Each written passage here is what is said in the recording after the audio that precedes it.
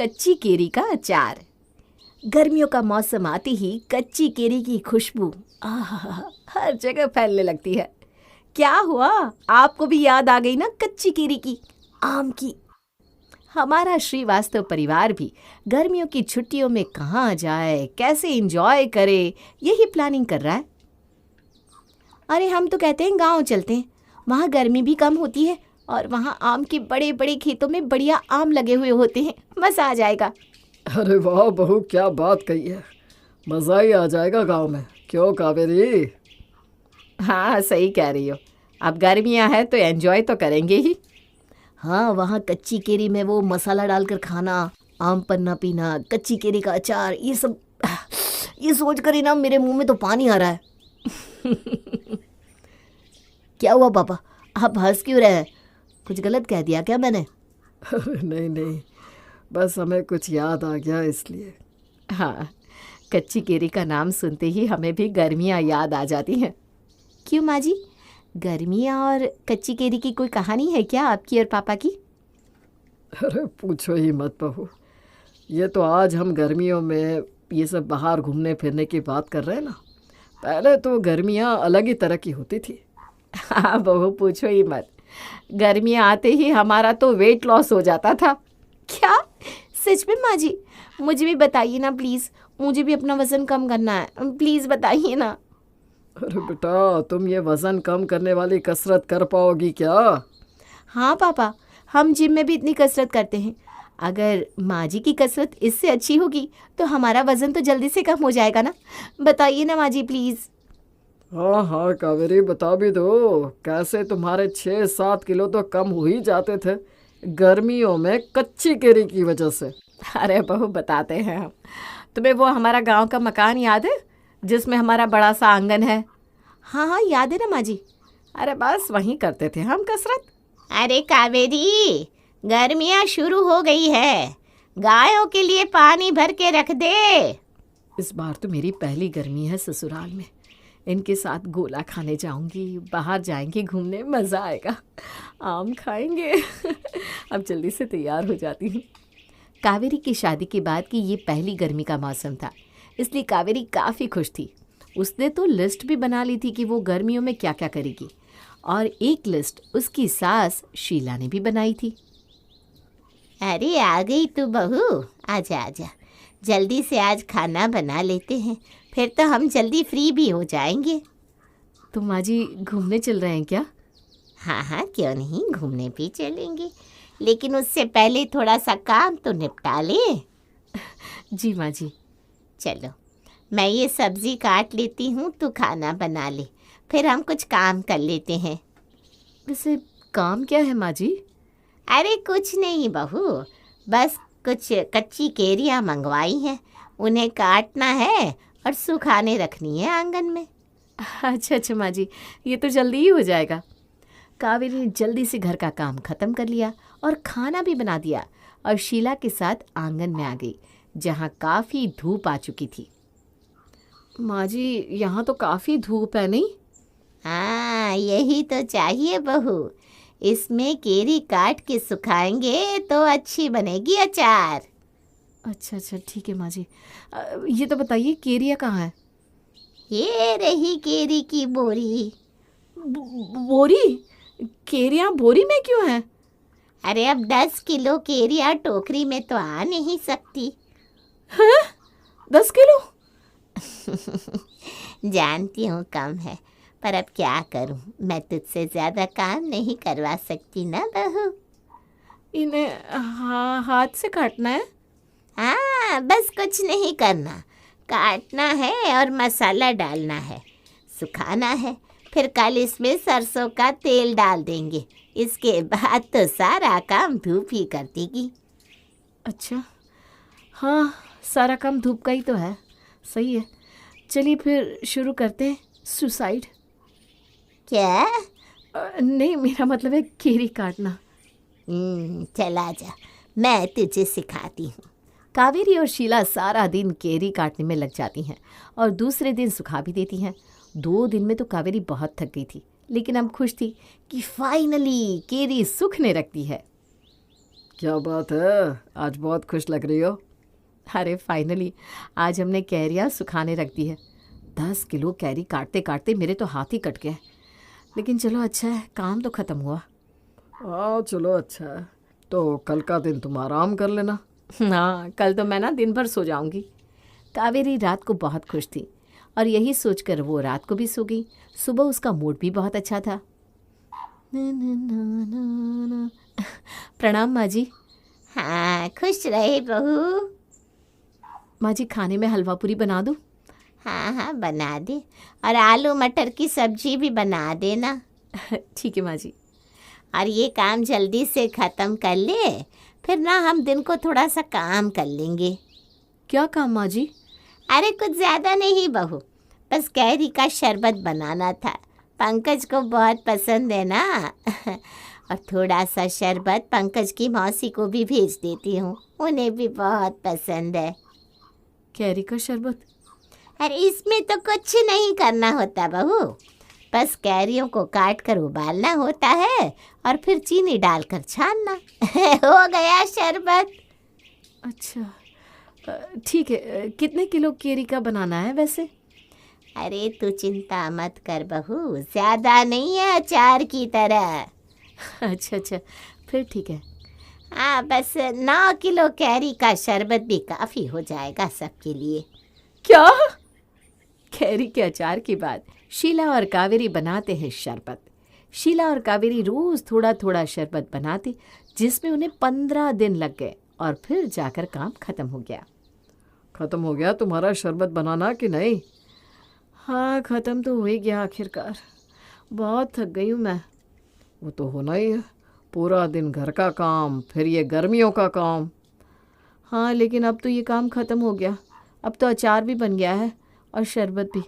अब कल से मैं आराम करूँगी, कह देती हूँ। हाँ भाई हाँ, कल से तुम आराम कर लेना।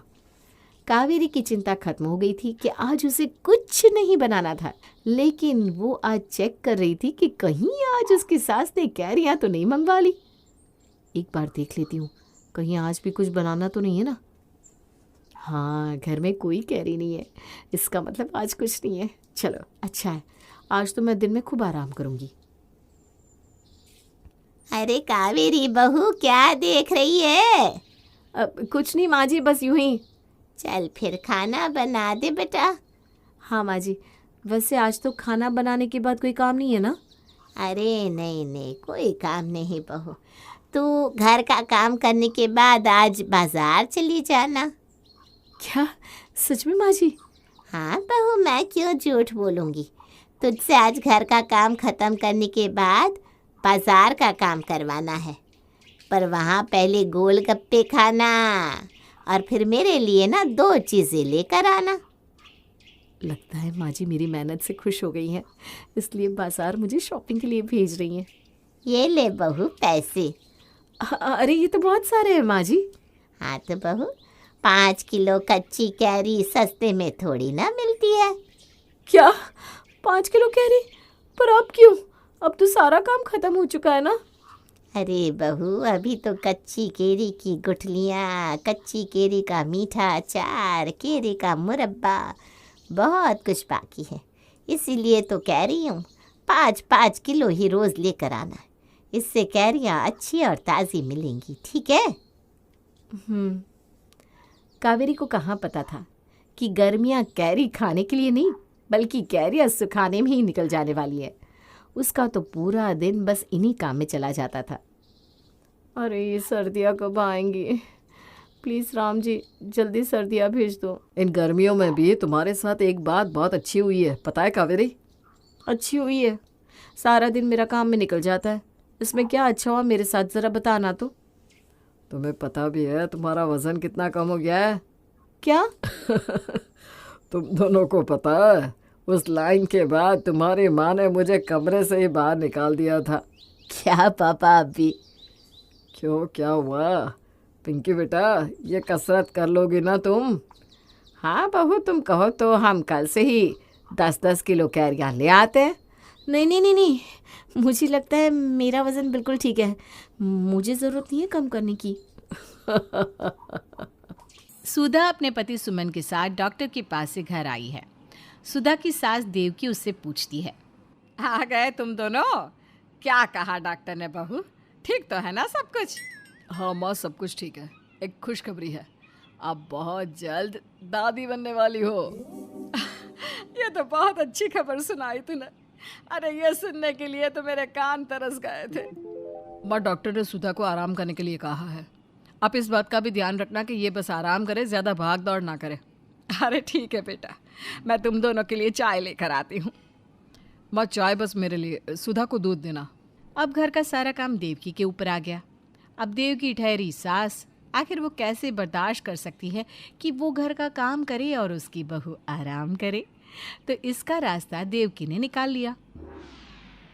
एक दिन सुधा ने अपनी सास से कहा, माँ जी पता नहीं क्यों मेरी कमर में बहुत दर्द हो रहा है। बहू अब क्या बताऊं, मेरी भी कमर में बहुत दर्द है। वो क्या है ना, पानी की भरी बाल्टी उठा ली मैंने, तब इसे ना झुका जा रहा है, ना लेटा जा रहा है, ना बैठा जा रहा है। तभी देवकी का पति सेवक राम घर पर आता है और कहता है, सुबह की माँ, एक कप चाय तो लेकर आओ, बड़ी थकान हो रही है। पिताजी मैं बना लाती हूँ चाय, माँ की कमर में दर्द हो रहा है। सुधा किचन में चाय बनाने चली जाती है। तभी वहाँ सुमन आ जाता है और वो सुधा को किचन में काम करते हुए देख लेता है। सुधा, मैंने मना किया था ना कि तुम किचन में काम नहीं करोगी। चलो अपने कमरे में जाओ, आराम करो। सुमन जी क्या हुआ, मैं तो बस चाय बना रही हूँ, माँ की कमर में दर्द है। सुधा, डॉक्टर ने प्रॉपर आराम करने के लिए कहा है ना, तुम जाओ, मैं पापा को चाय बना कर देता हूँ। सुमन अपने पिता को चाय बनाकर देता है। अगले दिन सुधा के सर में बहुत दर्द होता है तो सुमन अपनी माँ से कहता है, माँ, सुधा के सर में बहुत दर्द हो रहा है, आप उसे कुछ खाने के लिए दे दो ना, और मेरे लिए भी नाश्ता बना दो, फिर मैं ऑफिस चला जाऊँगा। अरे जोरू के गुलाम, मैं तेरी माँ हूँ, मेरी तकलीफ के बारे में भी ख्याल रख लिया कर। मेरे भी सर में सुबह से दर्द है, समझा? अरे माँ, तो इतना गुस्सा क्यों कर रही हो? मैं बनाता हूँ आपके लिए नाश्ता और दवाई भी दे दूंगा। सुमन किचन में नाश्ता बनाने चला जाता है। तभी वहाँ सेवक राम आ जाता है। अरे बेटो, तुम नाश्ता बना रहे हो? हाँ पिताजी, माँ की तबीयत ठीक नहीं है ना, आपके लिए भी बना दूंगा। चलो तुम किचन में काम कर लो, मैं घर की साफ सफाई देख लेता हूँ। इस तरह देवकी का पति और बेटा घर का सारा काम खत्म करके अपने अपने काम पर जाते हैं और शाम को काम से आने के बाद भी वो दोनों ही रात का खाना भी बनाते। लेकिन देवकी को बिल्कुल अच्छा नहीं लग रहा था कि उसका पति और बेटा काम करे, तो उसने अपनी बहू को सुनाना शुरू कर दिया। आजकल की बहुओं के नखरे ही नहीं मिलते। अरे बच्चा ही तो होने वाला है, तो ऐसे रानियों की तरह बैठ जाती है। अरे हमने पैदा नहीं किए क्या बच्चे? सारे घर का काम करते थे हम। अरे मजाल है जो अपने पति या सास ससुर से किसी को भी काम को हाथ लगाने दिया हो। अरे माँ बस करिए ना, ये लीजिए खाना खा लीजिए, बहुत टेस्टी खाना बनाया है मैंने। अरे भगवान, आज रोटी मैंने बनाई है, इसमें तुम्हें कई देशों के नक्शे भी मिलेंगे, लेकिन खा लेना, हमें गोल गोल रोटी बनाना कहाँ आता है। बाप पिताजी आप खाना खा लीजिए, मैं सुधा को लेकर आता हूँ। अब इस तरह से कई दिन बीत गए। बहू घर का काम करती नहीं और सास कोई ना कोई बहाना बनाकर काम टाल देती और घर का काम सेवक राम और उसके बेटे को ही करना पड़ता। ये बात देवकी को बहुत खटकती है, इसलिए देवकी के मन में जो उल्टा सीधा आता वो अपनी बहू को सुनाना शुरू कर देती। एक दिन सुधा ने सुमन से कहा, सुनिए जी, अब मैं इस घर में नहीं रह सकती क्योंकि आप मुझे काम करने नहीं देते और आपकी माँ मुझे ताने सुनाती है। अरे तुम गुस्सा मत करो, तुम्हारी सेहत के लिए गुस्सा करना अच्छा नहीं है, मैं माँ से बात करूँगा। सुमन अपनी माँ को समझाने की कोशिश करता है, लेकिन उसकी माँ को किसी की बात से कोई फर्क नहीं पड़ता। एक दिन सेवक राम और सुमन सारा दिन घर पर ही थे और सारा काम सेवक राम और सुमन ने मिलकर किया। देवकी को ये बात बर्दाश्त नहीं हो रही थी, इसलिए उसने अपनी बहू को सुनाना शुरू कर दिया। बहू, दिन भर ऐसे ही बैठी रहेगी क्या? पालना लादू, चलती रही दिन भर। क्या हुआ माँ जी, अब क्या किया मैंने? इसी बात का तो रोना है कि तू कुछ कर नहीं रही। अरे ऐसा भी क्या आराम बता दिया डॉक्टर ने कि तुम तो बिल्कुल नहीं हिल रही हो। तुम्हें शर्म नहीं आती?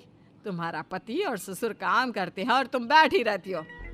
माँ जी, अगर आपको बुरा लग रहा है तो आप कर लिया करो। मैं कभी बीमार पड़ती हूँ तो आप तो मुझसे ज़्यादा ही बीमार पड़ जाती हो। कोई बीमार नहीं हो तुम, माँ बनने वाली हो तो ये सोच कर बैठी हो कि न जाने दुनिया का कौन सा अनोखा काम कर रही हो। अरे हम भी बने हैं माँ, और उस हालत में भी बहुत काम किया करते थे हम। चक्की से आटा पीसते थे, जंगल से लकड़ियाँ लाकर मिट्टी के चूल्हे पर रोटी बनाती थी। तुम्हारी तरह नहीं। डॉक्टर ने थोड़ा आराम करने को क्या कह दिया, बस बैठ गई। देविका ने अपनी बहू को खूब खरी खोटी सुनाई और इसका परिणाम ये हुआ कि सुधा घर छोड़कर चली गई। सुमिन चाहकर भी कुछ नहीं कर पा रहा था। ना तो वो अपनी माँ को बोलने से रोक पाया और ना ही अपनी पत्नी को जाने से रोक पाया। सुधा के जाने के बाद देवकी सारे घर का काम करने लगी। वो अपने बेटे और पति का बहुत ख्याल रखती। अपनी माँ का ये रूप देखकर सुमिन ने अपनी माँ से कहा, माँ, जब सुधा इस घर में थी तो आप कुछ भी काम नहीं करती थी। अब आपने इतनी अच्छी तरह से घर की सारी जिम्मेदारी संभाल ली। पापा को और मुझे हर चीज़ टाइम से देती हो। जब तेरी शादी नहीं हुई थी ना, तब मैं ही करती थी इस घर का काम। तो माँ, क्या सिर्फ सुधा ही बोझ थी आपके ऊपर? हाँ बेटा, थी बोझ। बिल्कुल ही नहीं हिलती थी अपनी जगह से। अरे कुछ तो काम करे ना। उसने तो कसम खा ली थी कि कुछ काम नहीं करना। माँ, सुधा माँ बनने वाली है, इस घर के वारिस को जन्म देने वाली है। इस बात का ख्याल कर लेती। आपने तो उसे लड़कर घर से ही भगा दिया। मैंने नहीं भगाया घर से। अरे गुस्से में 2 बातें कह दी तो बर्दाश्त नहीं कर सकती थी क्या? ये क्या तरीका हुआ? सामान उठाया और चलती फिरती नजर आई। वैसे बेटा, सच्चाई तो ये है कि मुझसे अब नहीं होता बुढ़ापे में काम। देवकी, जो भी हो, लेकिन बहू को तो हमें बुलाना ही होगा, वरना लोग क्या कहेंगे? गर्भवती बहू को घर से निकाल दिया। अरे मैंने रोका है क्या तुम लोगों को बहू को लाने के लिए? जाकर लेकर क्यों नहीं आते? मेरी तो हर बात तुम लोगों को बुरी लगती है, लेकिन कान खोलकर सुन लो, मुझसे नहीं होता अकेले घर का काम। ठीक है माँ, मेरे पास रास्ता है। ये बोलकर सुमिन घर से चला जाता है और सुधा को वापस लेकर आता है। लेकिन सुधा के साथ एक औरत और होती है। उसे देखकर देवकी कहती है, अरे बेटा, बहू के साथ ये औरत कौन है? माँ, ये कांता है। ये इसी घर में रहेगी और सारे घर का काम करेगी और साथ साथ सुधा का भी ख्याल रखेगी। माँ, अब तो कोई परेशानी नहीं है ना आपको? मुझे तो पहले भी कोई परेशानी नहीं थी बहू। मैंने ज़रा सा डांट क्या दिया तो घर से ही निकल गई। आजकल की बहुओं से तो कुछ कहना ही बेकार है। गुस्सा नाक पर रखा रहता है। अरे हमने नहीं किया कभी ऐसा कुछ। हमारी सास ने तो हम पर हाथ भी उठाया है। लेकिन आजकल की बहुएं क्या समझेंगी उस डांट को जिसमें प्यार छुपा होता है। कांता, तुम खाना बना लो। सुधा, चलो तुम मेरे साथ कमरे में। सुमिन सुधा को कमरे में लेकर जाता है, लेकिन देवकी का बोलना बंद ही नहीं होता।